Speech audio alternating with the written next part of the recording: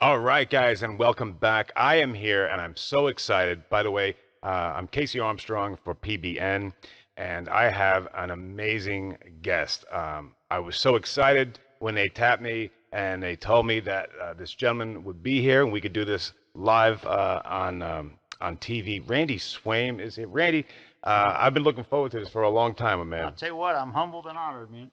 So, Here so, with you. so, Randy, let's tell the people just a little bit about your background and what you do. I mean, I referred to you as the Michael Jordan of leadership before, but if you could kind of just tell us a little bit about yourself and about the business that you're running. Okay. Well, I'll tell you what, Randy Swaim obviously is my name, as he said, and most of my background in one way or another has been in aviation and in piloting airplanes, and I know what it's like to live your dream because I had an opportunity to be a fighter jock in F-4 Phantoms, which is a dream. I jokingly say when I got out of college that I only had two goals in life, so I bored every romantic relationship I ever had early on, because my goals were to fly the F-4 Phantom and to fly a Learjet, and I got a chance to do both of those. So I know what it's like to live your dreams, but my journey has also been one of overcoming. And my journey has truly developed insights on true leadership and what real leadership really is. And that really got me to the point where I became a certified executive coach, and I'm now a Marshall Goldsmith certified executive coach. And I've got to say I'm humbled because just this month I'm officially become a founding partner with ION, which is the Institute for Organizational Neuroscience. And I'm just humbled that they wanted me to do that. And That's huge, Randy. Tell us more about what that is. Neuroscience, really, when you're talking about developing true leadership in people or in your team, Right. with you, the leader, you have to understand some aspects about how the brain works. Because if you're going to rote academic aspects, you're not getting it done. If you're leading your team to just go to their comfort zones, you're not getting it done. That's not where radical results happen. And so understanding certain aspects from a coaching perspective of how the brain works and how you really get people to dramatic, miraculous, and radical success. That's how amazing things happen. Gotcha. And so the neuroscience of understanding kind of how the brain works is a key part of that. Doesn't mean you have to be a master on all the academic aspects of it, but how you interact with your team and lead your team in a way that overcomes some of those things and makes use of some of the valuable pieces of it. Okay, so Randy, so what about people who really don't know about leadership? And they would say probably there are two different ways I've heard that people who aren't as efficient or an expert in leadership, what would those two be? Could you talk about that a little bit? Yeah, I'll just mention that because, and in fact, as you may know, Casey, it's one of the most recent posts on my I got it from your blog. yeah, That's where you came from. But if you think about it, and in fact, on the last radio show, you remember the lady had a question, and one of the things that I mentioned was how the vast majority of managers that fail in today's world fail, and there's some things common. They've been in the industry for about 20 years, they're about 40 years old, and the big reason that they fail is because they got promoted to here because of their technical skills and expertise, but now they're moving into a point where the leadership is what's critical, and that hasn't been developed. Okay. And so if you think about this is one aspect, and I kind of wrote it, I printed out my blog just so I get the pronunciation of the words correctly. But what I tell people is there's a dysfunctional approach and a successful approach to leadership. And one is they both emanate from the Greek language because it's where we get a couple of our English words. The first one is the dysfunctional approach, and I'm just going to read it to you. It's a hypocrisis, and I may have pronounced it slightly wrong, but that's basically the word. And it's defined as jealous, acting out, coward, dissembling, or play acting. Oh. You have some people out there that if all they do is they memorize a couple of rote academic factoids and then say they're leading, They're just on a stage play acting. They're not truly leading. And that word, by the way, is where we get the English word of hypocrisy and hypocrite. Oh, all right, that makes sense. So it's a key point. It's like the guy that gets like the word of the day and tries to use that long word in a conversation, but he's not buying any of it. Yes. Okay. Yes, exactly. Yep. But the true leadership insight comes from another word, and I hope I get the pronunciation perfect on it, but it's spelled correctly. It's enupokritos. And let me just kind of give you an idea on this. It's defined in Greek as unfeigned, without hypocrisy, upright, authentic, and legitimate. And if you think about it, very often in today's world, one of the biggest things that's lacking is leadership. Yeah. And one of the things, in fact, I think I shared on a radio show we did, the legend in the U.S. Navy. She had a 40-year career in the Navy. If you go into the Navy, most people know her name, Rear Admiral Grace Hopper. And she was a systems analyst, but she actually passed away, I think, around 1995 or something like that. But right at the point where she was retiring after 40, I think it was like a 42-year career in the Navy, 2020 actually did an interview with her about her career. And one of the things that the last questions that the interviewer asked her was, in your 40-year career, what has been the big difference that you've seen? And by the way, I'm not bad-mouthing the Navy. I'm from the Air Force, retired, and I applaud all my brothers and sisters in arms, past, present, and future. Of course. But I said, but she looked at him without missing a beat, and she said, we've moved away from leadership and gone to strictly management. And she said, isn't that a shame? Yeah. And that's a part of what a lot of our society has done in a respect. So if you understand true leadership, miracles can happen. If you understand that leadership, I mean, we talked about the egg analogy. Oh, you got to share that one. That's a great one. The egg analogy is simply this.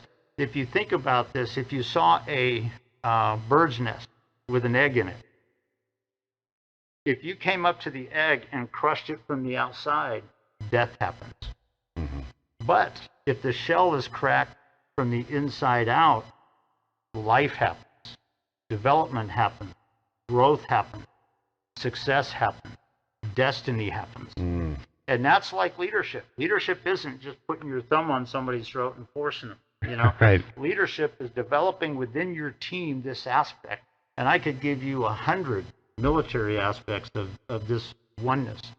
But if you truly lead your team well, synergy happens. Yeah. Oneness happens. Commitment happens. Belief happens. The willingness to commit in challenging times happens. And radical results happen. So it's a key aspect of that. I love that analogy, and I always love when you tell that. But tell me how you've taken what you've just said and what you just explained into coaching for relevance. Can you talk a little bit about coaching for relevance, and then I'm going to ask you about the younger team. But let's start with coaching for relevance. If you could tell the audience about that. Well, I'll tell you, and we shared on a radio show one time, and I won't go into it too much here, but because of my journey and my aviation background, when you look at what my real vision is, in fact, if you go to my website, you'll see it right on the front page. It's bringing freedom to potential in all those around me.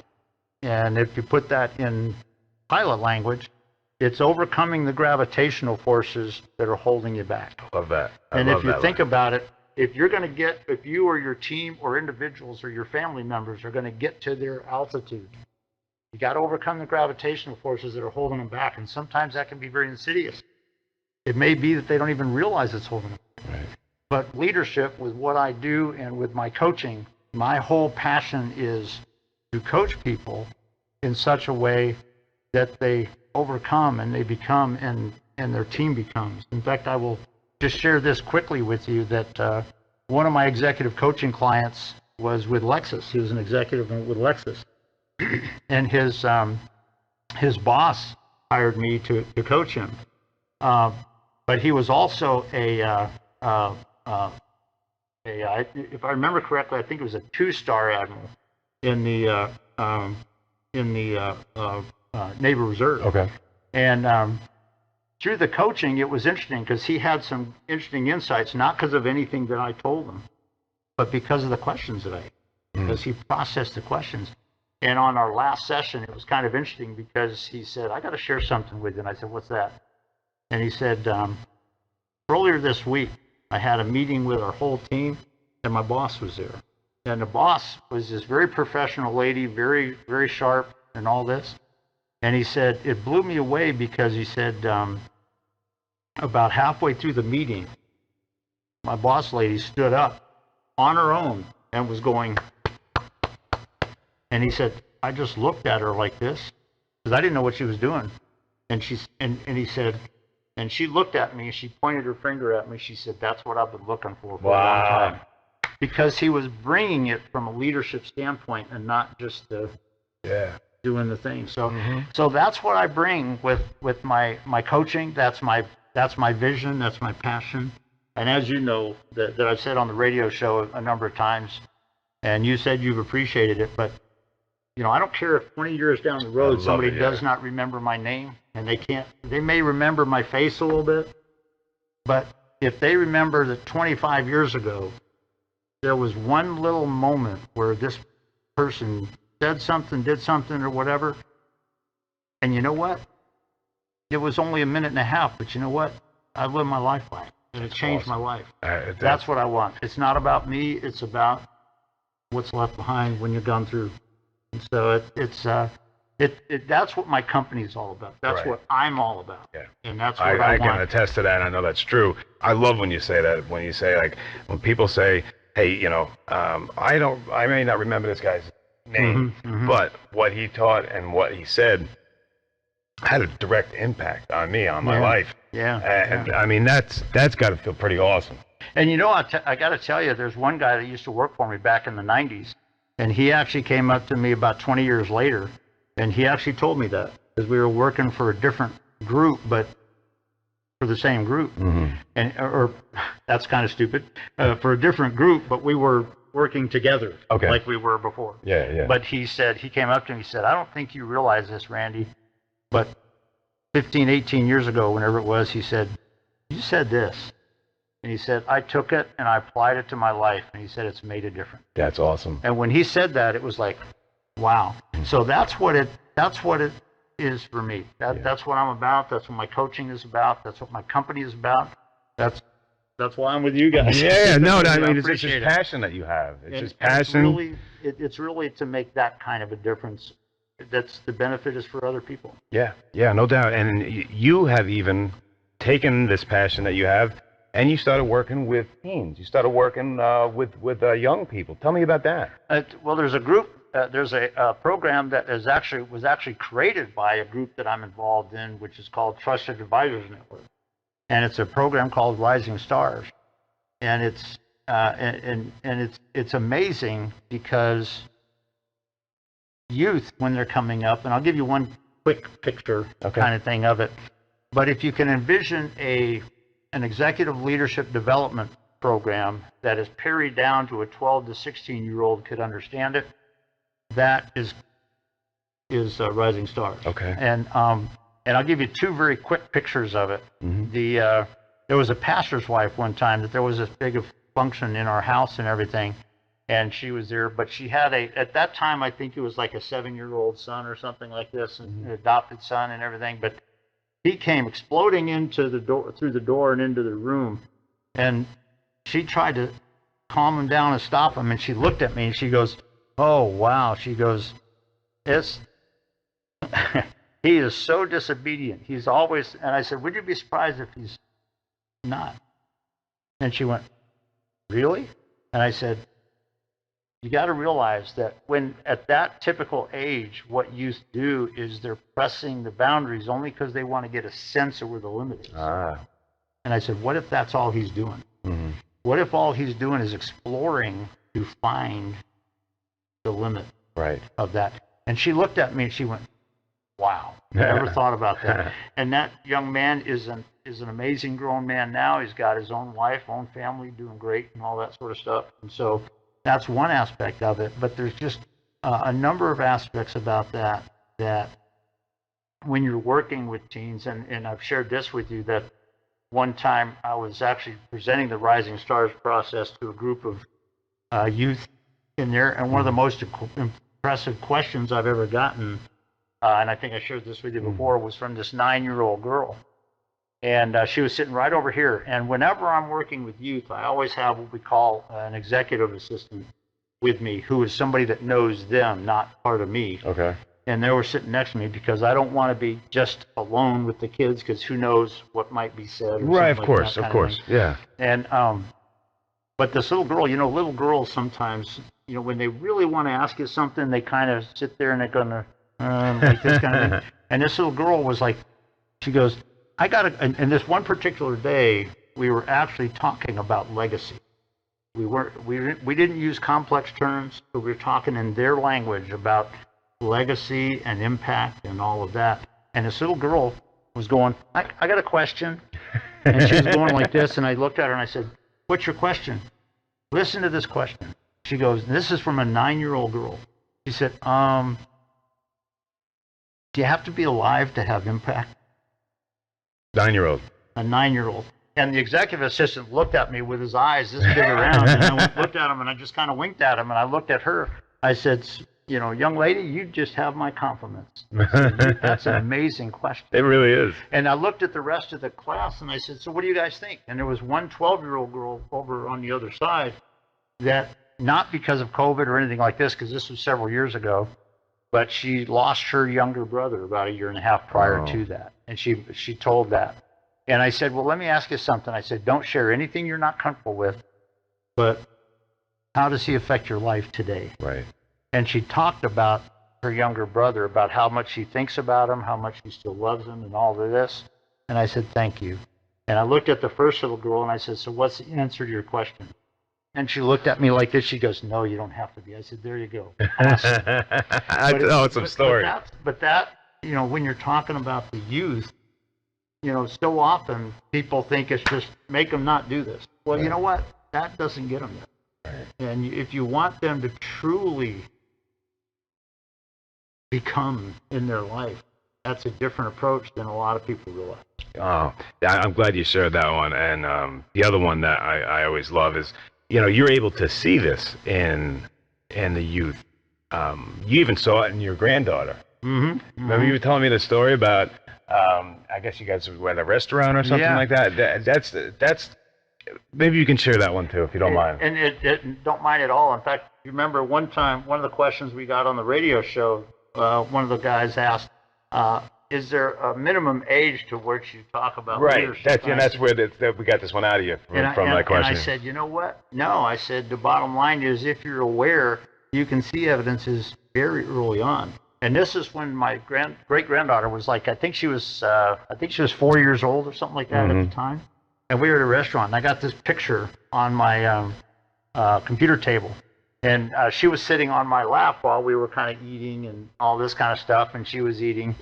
But the picture shows I've got my hands on her waist here so she doesn't fall off, but I'm looking around like this, and she had her hand on the table and her hand on my shoulder, and she was looking around like this, and you see her looking over like that.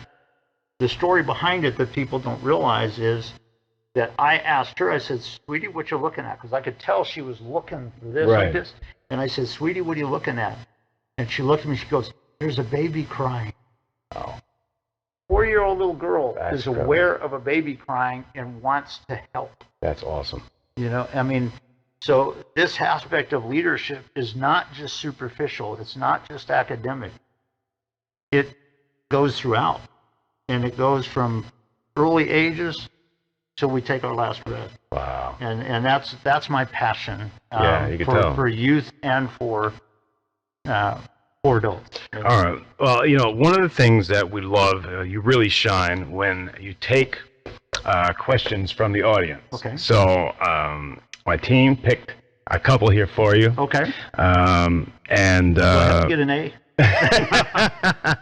Well, first you have Nick in Toronto. Okay. Nick wants to ask, how should a leader handle it if multiple team members complain about the same colleague but wish to remain anonymous? That's a very valuable question to Nick, and it can be a challenging question. Let me kind of say to begin with that, as much as you hate to say it, it sort of depends on the situation. Yeah. And I will tell you, I shared on a radio show one time when I was the site manager and the contract rep at Griffiths Air Force Base, that a similar situation happened to me, and I'll just tell you kind of how I did it. Okay.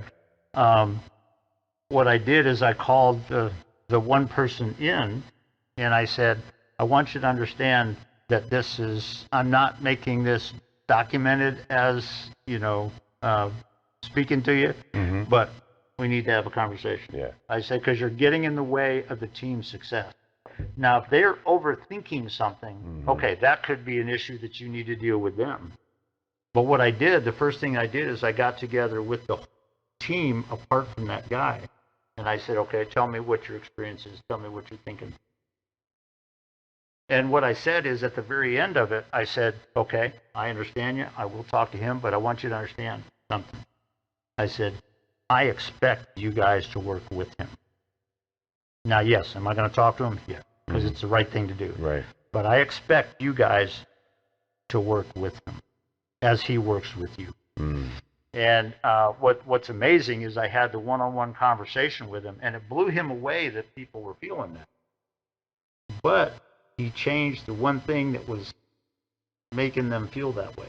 Okay. And what's amazing is I watched it over in fact, he came up to me a couple of days later and said, is there any way we can just not let the headquarters know about this? I said, nobody outside knows this except you and I. Nice. And I said, if it gets changed, that's all I care about. Gotcha. And he did, and you could see the synergy in the team come back almost that quick. Wow. It's a good question, but that can come up. But in part, it has to be done wisely from the manager. It has to be done with a leadership approach, not a dictatorial approach. Now, if you get somebody that's sitting there trying to play control freak games, you may need to address that one very seriously and candidly. Yeah. And that goes you need to know that. Yeah, that goes along with one thing that you said to me, which I wanted to ask you about too, which was so great. You said if you ask a leader, what are you doing to be in the way? That I thought is something that I really want you to talk to the audience about what is a leader. If you're a leader, what are you doing to be in the way? And you know what? It's a great question. Thank you for. Well, no, you said it. I'm like a parrot, Well, I appreciate you bringing it up, man, kind of thing. But I will say this: when you look at this aspect of the play acting versus being a true leader, those great words you talked about. Yeah. When you look at those two, you've got to be aware. In some cases, what you're experiencing from your team may be something you are instilling, not them. And what are you modeling? In what ways are you getting in their way? In what ways are you causing a problem in them? What do you need to do differently for them to kind of experience and feel support? And those are aspects that a lot of people don't understand. That's a true aspect of the real leadership. As opposed to being the hypocrite or the play acting leader. Right. And those are insights that a leader has to have when they're observing their team. And there's times where you got to realize that, okay, right now is a good time to say this, to get this done. I may need to kind of approach this person. But there's times where you go, let's wait a second. Yeah. Let's watch. And in what ways are you letting your control freak stuff get in the way of their leadership and their ability to handle rapidly changing situations? Because let's face it, that's our business world out there these days. It's the unpredictable, rapidly changing environment, which is another big focus of where I coach. In what ways are you going with strictly academic mindset? And you're getting in the way of their ability to truly function. And to truly get the results that you want. So there's a lot of aspects to that for sure, but it's a key aspect. And a lot of that you think has to do with leaving that ego outside sometimes. You know what? If you do it right, if you go with true leadership, you don't need your ego. Because you know what? Your team is going to make you sense that. Right. And that doesn't come from you and your arrogance. That comes from them. Got it. And so, yeah, it goes back to that egg analogy. Right. Yeah, I love you. Yeah. yeah, so it is key, though. But, yeah, one lady asked, does the leader need to leave the ego at the door? Yep, every time, because it ain't about you. Right. It's about the team. Yeah. All right. So we have Lisa in Denver. Does making a decision to protect their own job instead of making a decision for the benefit of the team show bad leadership? You know what? And as much as I hate to say it, it sort of depends on the situation. Okay, yeah. But Okay. are there times when you need to do that? And I would say yes. There are times when you kind of need to be willing to lead up to protect your team. And I shared this story with you when I was up at the 107th Fighter Group up at Niagara Falls, and the guy that was the wing commander at the time, his call sign was Watash. That was his nickname, Doug Rout. And but I'll tell you, we were doing a deployment exercise, and one of the things that the inspectors would do is rope out the area of a C-141 cargo hold. And you had to show that everything that you would take could fit into that kind of thing. And they had done this, but everything was there except the rear view mirror on the soft truck was sticking out beyond the rope. And the inspection team was going crazy with it. Uh-huh. Well, Colonel Rout just happened to be walking by our area, and he heard all this going on over there. And he walked over, he said, "Gentlemen, what's the problem?" And the inspector guy goes, "Well, this is not, this ain't going to work." It isn't satisfactory. He said, "This doesn't work." And what was funny about it was that Doug Rout, without missing a beat, he turned around and slammed the back of the rearview mirror with his hand, and it went crunch, and it shattered. And he looked around at the inspector, and he goes, "Does now." And so the answer to that, are there times where you've got to deal with your people and how they're being dysfunctional somewhat? Yep, there are. Yeah. But are there times when you got to lead up? Are there times when you've got to stand in the gap for your people? Are there times when you got to put your job at risk to stand for something that's ethical? Right. There is. Yeah. And are you willing to do that? And that is a huge aspect of this. Now, with some situations that could arise, the leader has to understand there may be a little bit of a dovetail of both of those in there. But the executive client at Alexis, when I was talking to him, in one of the last coaching sessions he had, it was kind of interesting because he said, I was asking him how the week went, and he was telling me, and he said, "I realized that I should have done something about a year ago." And I said, "What's that?" And he said, "I should have just stood on the bridge and kind of made it look like I had a rope around my neck and went." What he was saying was there was a time that he became aware of where he should have stood in the gap for his people. Got it. And I kind of went like this. I said, "You know what? That's cool." And you can do that in a way that's ethical and professional, and you can do a way that's unethical and not professional. Right. As a leader, do you have clarity on it? Because you know what? Leaders do. Yes. Got it. So good question. Thank you, Lisa. Great question, Lisa from Denver. Actually, do I have time for more questions? Okay, great. All right, so let's go. Steve in Detroit. Steve wants to know, does it take a good leader to launch, I'm sorry, does it take a good leader to vouch for a member of their team if another company or department is looking to bring them in? You know what? It to a certain extent, that's something that needs to be done prior to the aspect coming up to them. Okay. And you got to realize one of the things that I think about, in fact, on my YouTube channel, I have one of the videos that I have is the 3 Ps of true leadership. And it's 3 Ps of leadership. Okay, I want to hear about this. It's proficient, okay, professional, and proactive. Okay. So many people in today's world think reactively. I'll just wait until something happens, then I'll choose, okay, I should do this. Okay, if it didn't work, that's that fault. But true leaders are proactive. They think ahead. They see higher. They see deeper than others think. And so when you're talking about that, at what point does it make this person look like they want to do that? And is there something that you're doing that makes them want to do that? Now, I will tell you that is it going to be possible that there are times when somebody on your team has been so developed that another part of your organization wants them to move over here? Yeah. Can that be beneficial for the organization? Yeah. How so? Well, it depends on what it is, to be honest with you. Okay. For instance, like in my role, where you're talking about developing and training and certifying pilots and things like that, you may have somebody that's a good instructor, but shows great insight, and perhaps they would like them to maybe move into instructor development. Or they may want them to move into regulatory compliance because of their background, because of their stuff that's been developed in their teamwork aspects and things like that. It may be somebody that they want to move up to a management position. Right. And that can be beneficial for them. Mm-hmm. But what does that mean for you as a leader? What it means is you can't just have everybody right here for the rest of your life, because they have a career, a destiny, and journey as well. Yeah. So when they leave, have you been developing the rest of your team? Yeah. So that they can handle that? Is there somebody else on your team that can kind of take over sort of what they had been doing?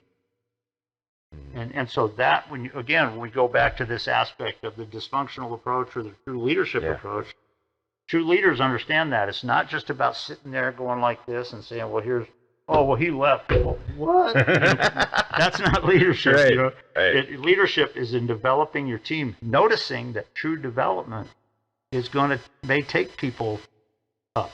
Gotcha. And you know what? That's okay. Are you bringing other people in? Are you developing your team so that when somebody new comes in, they can be developed quickly because of how your team has been developed and because of what you're doing? Okay. And if you can do that, then you set this kind of river flow to your organization that's a benefit to your organization. And your team looks like one that says, you know what, these develop people good. We need to look at what they're doing. Boy, let's talk to this guy. Yeah. And find out what you're doing. So it's a great question there, Steve. Mm-hmm. But there's a lot associated with that. But realize that, to develop your team so that when those things happen, like we said, in today's world out there, it's the organizational maneuverability concept. Things are rapidly changing. They're unpredictable sometimes because guess what? Opportunities do arrive. Yeah. And if somebody goes to this other position, are you ready for that? Can you handle that? Have you been developing your team so they can handle that when something happens? So be ready for it. Now, if you've got 10 people on your team and 8 of them want to go, okay, you got a problem. And you know what? Half of that problem may be you. Yeah, right. Okay. So it's a great question. Yeah. Steve, great job. Great question. You mentioned before about your YouTube channel. Can you tell people about the YouTube channel and everything that you got going on? Yeah, it's just a very simple YouTube channel. What I do is I've got a program. In fact, it's an e-learning course, so level 1 and level 2. And I do it as something that can be kind of a coaching approach as we go through it. But it's a e-learning course. It's called Organizational Maneuverability, and it's trademarked for me out of Washington. But it's, what it does is it takes pilot lessons. Of course, when you're talking about being a pilot flying, things are not always as you would expect. Weather happens, other airplanes happen, particularly when you're talking about military pilots. Guess what? Combat happens. Right. A lot of things that you can't predict happen. And what it does is it takes pilot lessons and applies them to leading teams in a rapidly changing, unstable environment, and which is today's world right now, kind of thing. And if all you're doing is going along with the academic thoughts, you're not preparing yourself. You're not preparing your team for success. Right. But the YouTube channel simply takes that aspect and that picture and brings it into a short video.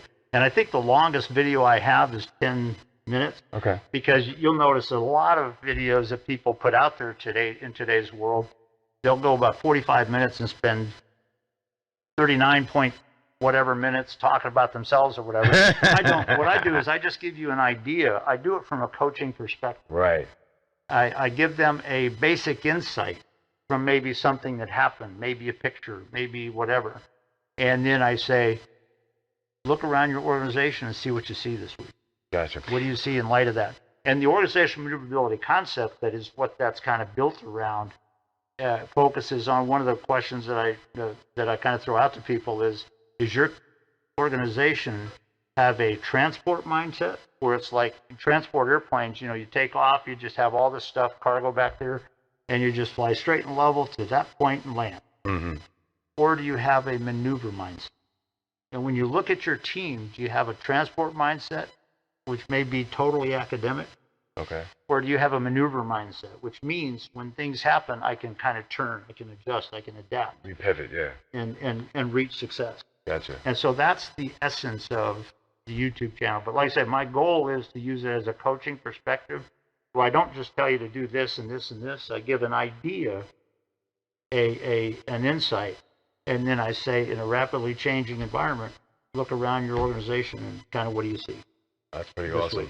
That's pretty so awesome. It's a little bit of a different mindset on it. One thing I wanted to bring up is you have these two planes here on your lapel here. Okay. It's pretty cool. Can you tell me the story behind those? Yeah. What it is these are just a couple of little pins that were given to me for the two airplanes, because as you know, for the last actually 23 years now, I've been training and certifying pilots, and also coaching and mentoring new instructor pilots in aviation.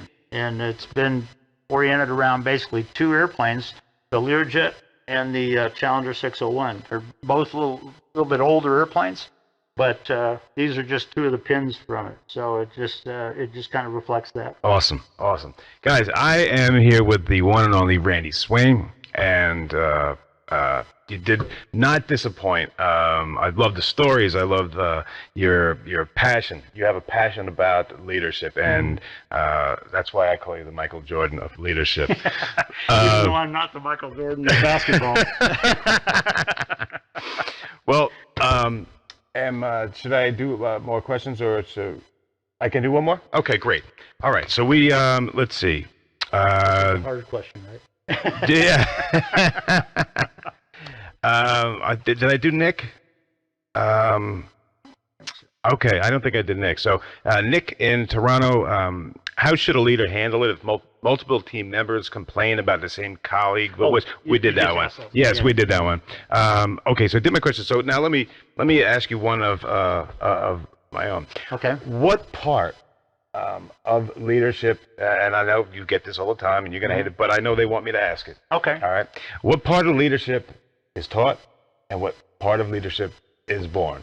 You saw it in your granddaughter. Yeah. You saw that part being born, but I have to give you that question. Yeah. I know you think it's lame, but I got to ask for them. Actually, it isn't. In fact, I shared with you a little bit earlier about the greatest leader I've ever served. Yeah. And I'll share that. I will tell you this: that leaders are not born; they are created. Okay. But I will say this: that true leadership is not just taught; it's caught. And I love that phrase. And I will tell you this: that the greatest leader that I have ever served with, you may remember the name, because from 2001 to 2005, he was the chairman of the Joint Chiefs of Staff, General Richard B. Myers, and he retired and went on to be a senior person at a university in either Tennessee or Kentucky. I don't remember exactly what. Okay. I don't know whether he's still alive or not, but if he is, I hope maybe somebody in his family may hear this or whatever. But he was a squadron commander at the 4th Staff Fighter Wing when I was there, and he and I flew together many times. And we flew together at Red Flag war games at least once or twice. And to this day, I will stand up and say he is the finest leader I have ever met. Coming from you. And the reason I say that, there's nothing that he told me about leadership that I learned, but I learned about leadership from watching, from observing, from processing, from looking at the reaction of the squadron mate, how people responded to him, and that's where I learned and I caught what true leadership was from my several years serving with him. And I'll tell you, I will just kind of share this as a touch of humor, but it's true. The last time I ever heard anything about him is when he pinned on his first general star as a brigadier general. But it was around 2001, I think it was, when I was driving my car to the car wash, and the radio was on, and the news, whatever, said, and for the first time it may have been in history, I don't remember. He said, for the first time, he said, a Air Force general has been appointed as the chairman of the Joint Chiefs of Staff. And I went, really? And he said, General Richard B. Myers. And I went, whoa! And I got to the car wash, and I, gave my car to him, and I exploded into the lounge area. And there was a newsstand over there, and I went over the newsstand. I picked up, and there was this picture right on the front page. And I went, no way. I said, sir, awesome. Yeah. Awesome. But the bottom line is those aspects don't come from what you tell people. Those aspects and the results of true leadership comes from experience. Comes from how you experience people. And I could give you a whole other slew of examples on that with him, but leadership is caught more than it's taught. Okay. And leaders are not born; leaders are developed. Yeah. And once they, and I will say this, that my great granddaughter got a couple of insights of real leadership in there from the standpoint of how that all sort of worked as she grew up with the people that she was with and everything. Yeah. And she's got leadership right from the get-go on her. It's amazing. And so it's just, like I say, leadership from the granddaughter. I've seen some examples of that throughout her whole life, amazingly. In fact, one little subtle one was when they lived with me for 3 years, and she was like 3 and 4 years old.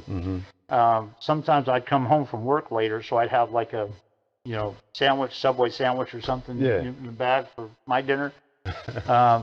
And I'd walk in, and every time I walked in, she'd come running over there and give me a hug, and she'd go, can I share your sandwich? And what I realized is with her, a big part of who she is, and it's an aspect of her leadership that's developing, is this aspect of connecting together. And I realized that was some evidence of that. That's cool. At age 3 years old was starting to develop. That's pretty cool. And so there's aspects of that are huge, and a lot of that it's been amazing to see some elements of that in my granddaughter. She's growing over, and I mean, she's 12 years now, so 12 years old now.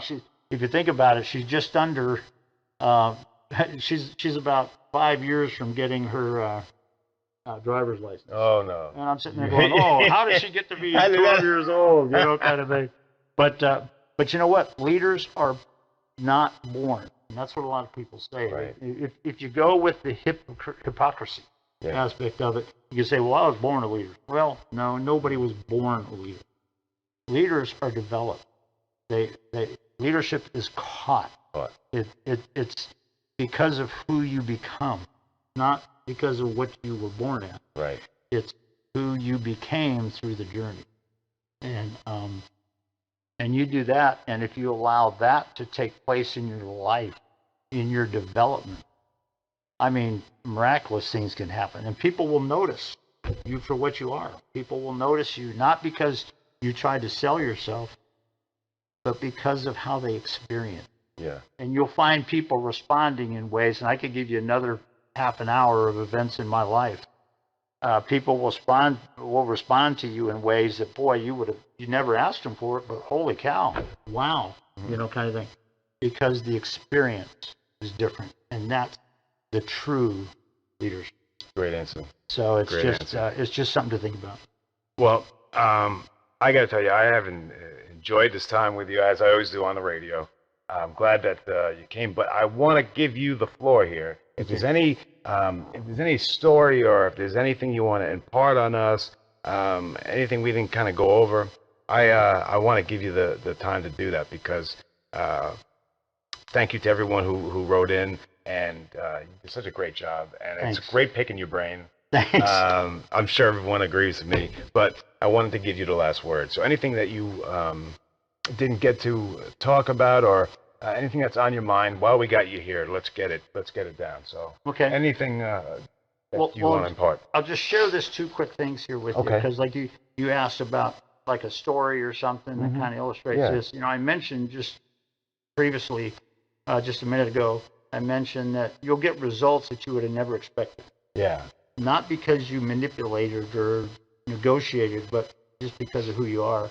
And remember when I went back to college, and I think I shared this on the radio show one time, when you went back to college, there was a test? there was a test, but bottom line is my parents could not afford really the college. One thing I do give my mother credit for is that she worked her neck off to get me through college. Okay. But I went in, and the first semester I filled out, and by the way, it was about 4 years after I graduated. Actually, yeah, about 4 years after I graduated from high school. And I was, first semester, I was filling out scholarship paperwork for ROTC because I knew I wanted to be commissioned and go in the military. And what's amazing is that the tech sergeant of the whole operation here kind of looked over my shoulder, and he saw my birthday, and he said, "Is that your birthday?" And I said, "Yeah, why?" And he said, "You realize that to fly in the military, you got to be graduating by your 25th birthday, don't you know it?" And that was 3.5 years away. And by the way, I'm getting my degree in applied math and physics. And I'm here to tell you, for 3.5 years, I averaged 18 to 21 credit hours every semester. Wow. All of that kind of stuff. Went to every summer school session I could. And I'll tell you, at the end of 3.5 years, I had nothing left. Nothing left. And it came up to the last summer session, and I think if I remember correctly, I think I was 4 credit hours short of graduating. So it was the last summer session. I took a physics course that I thought I could do well in, and I got a B in it. Okay. And I took a graduate level imaginary calculus course, which is a calculus course that deals with things like electricity, AC power, and pendulum motion and things like that. And I struggled with that just a little bit. Well, the final exam was on, and by the way, the professor on that was a professor that had a reputation across NC State that he didn't curve anything. You got what you deserved. Okay. And the final exam was on a Monday. And I mean, like I said, I had nothing left on all of this. And my 25th birthday was on Friday. And I figured that I got either a C or D on the final exam because, like I said, I just had nothing left, kind of thing. Right. If I got a D, all dreams were toast and dead. That's incredible. If I got a C, I graduated and everything came true. Everything's all right. Well, on Tuesday, Wednesday, and Thursday, I went over to, at the time, Harrelson Hall. That's not there anymore. But at the time, Harrelson Hall, which is where his office was, and at no point in those days were any of the grades posted. Well, I went on Thursday, and my Friday is my 25th birthday. It's your birthday. On Thursday, I went over there about 7 times. And the last time was about 5:45 in the afternoon. And all the lights in Harrelson Hall were shut off.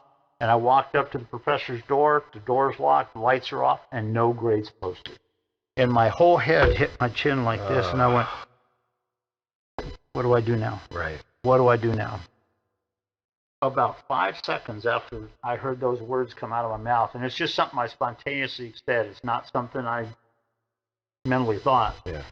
But about 5 seconds after that, I heard a sound up the hall. And who came around the corner but this professor? And he walked right up to his office. He said, "May I help you?" And I said, "Sir, now most people in today's world would try to manipulate him or negotiate with him. I didn't do that. This is exactly how I approached it." I looked at him and I said, because I knew he had a reputation for not curving anything. Yeah. I said, "Sir, I'm Randy. I'm in your Math 501 class." I said, "I'm just wondering if you had the Scores. The final exams graded." Yeah. And he said, "No, I don't have them graded yet. I'll probably try to get those graded this weekend." And I said, "Sir, listen, I'm not asking for anything that I don't deserve." Yeah. And I said, "But here's what I got going, and I need to be graduating tomorrow." And I said, is there any way I can just get you to grade mine real quick before you go home? Because I just need to know. And this professor, when I get ready to take my last breath, one of the things that I will remember is the look in his eyes. Because this professor locked eyes with me, and I was telling him, going in the Air Force flying and all this sort of stuff. That's what I hope to do. And he looked at me like this, eyes connected. Yeah. And it was that way for probably about 8 seconds. And then I saw his head do this. And he looked at me, and this is his exact quote. He said, "If you have plans like that, I will give you a seat." I said, "Sir?" He said, "I will give you a seat." That is awesome. I shook his hand and said, "Sir, thank you." I said, "I appreciate that." I called the detachment. I said, "I'm graduating tomorrow. Give me commission." And on my 25th birthday, my sister and my mother pinned second lieutenant bars on my shoulder. And I took the oath of commissioning. And but the bottom line is, and it's interesting because when I went to F4 training, I was the outstanding WISO graduate of Class 81 AVG at George Air Force Base. And when he called Lieutenant Swaim's name out to be the outstanding graduate award winner, I just about spit my wine all over the table because I was so shocked. But I went up there, and nobody realizes this. They probably will if they hear this, kind of thing. But while I stood up there, and the squadron commander was talking about why I was selected for that, everything in my attention, in my mind, was sort of looking up, and I had that picture of that professor's face. And the only thing in my mind was, "Professor, this is for you." Awesome. And but that is a picture, like I said, of if you truly understand aspects of leadership and the behavior, and that breaking the shell from the inside out, not from the outside in, and all of this, amazing things can happen that you would never recognize. That's awesome. And that's just the story of one little aspect of a lot of my overcoming journey. So it's just been a pleasure, and been a pleasure working with you. I definitely hope we can work together some more, brother. And the pleasure was all mine, and I love that you finished with that story. I love that story, and it's been such a pleasure, man. One more time, can you just tell people how they get a hold of you and what you got going on? Okay. Well, you can check me out with Randy Swaim at Coaching for Relevance. My website, coachingforrelevance.com. You can get my contact information. You can get my phone number there. You can connect with me on LinkedIn, on Facebook, and all that. And I will say this, that anybody that gives me, one of the things that I said when I started my company was that I'm not going to do these cold call sales calls. And so if you do call me, it's a connection between two people. If there's something that you have a need for that I can help with, yeah, we can come up with something. But I don't go out and do a lot of sales calls. My thing is to build relationships with people, and a lot of those people might need something, and so be it. So if you do, you can call me, you can send me an email, and I'll be glad to respond and connect. Guys, that is the one and only Randy Swaim. I'm so glad he was here for PBN. I'm KC Armstrong. Thank you for joining us. Awesome job, buddy. Cool. Awesome. It's always fun.